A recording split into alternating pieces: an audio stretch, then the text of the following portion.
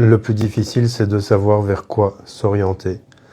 Il y a tellement de pratiques, il y a tellement de techniques, il y a tellement de choses à savoir et à apprendre que beaucoup éprouvent un sentiment d'être perdu. Et ne sachant pas par quoi commencer, ces personnes ont parfois tendance à un petit peu se disperser. Je vais un peu prendre ci, je vais un peu prendre ça, je vais un peu voir là-bas.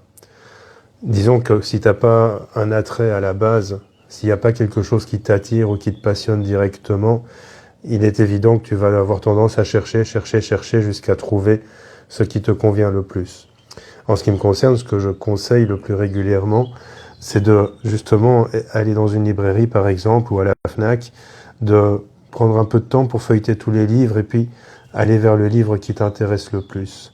Peut-être que ça t'intéressera provisoirement ou que ce sera une étape qui te permettra peu à peu d'aller vers quelque chose qui t'intéressera encore plus, mais on vient dans un monde où il y a tellement de choses, tellement de livres qui sortent, tellement d'oracles qui sortent. Certaines personnes sont attirées par un oracle, elles rentrent chez elles après l'avoir acheté, et finalement, ils résonnent pas.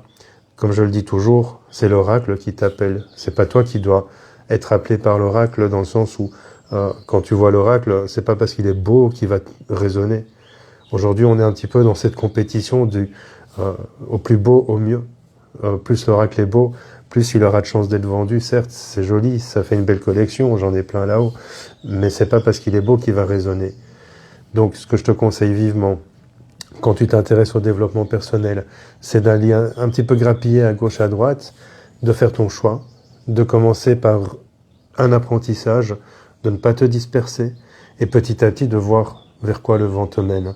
C'est comme ça que tu vas peu à peu pouvoir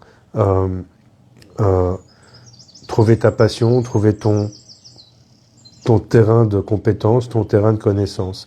Puis ce qui est important aussi, c'est la patience.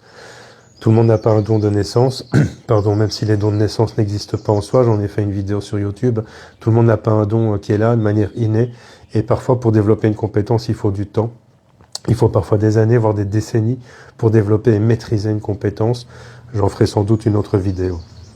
Je vois qu'on a Nan DMR, Cécile, coucou, Zou, Petit Piou, Dominique, Angéline, salut, Eline, coucou, Sabine, Natacha, etc., etc. Je vous dis coucou à tous et je te souhaite une bonne fin de journée.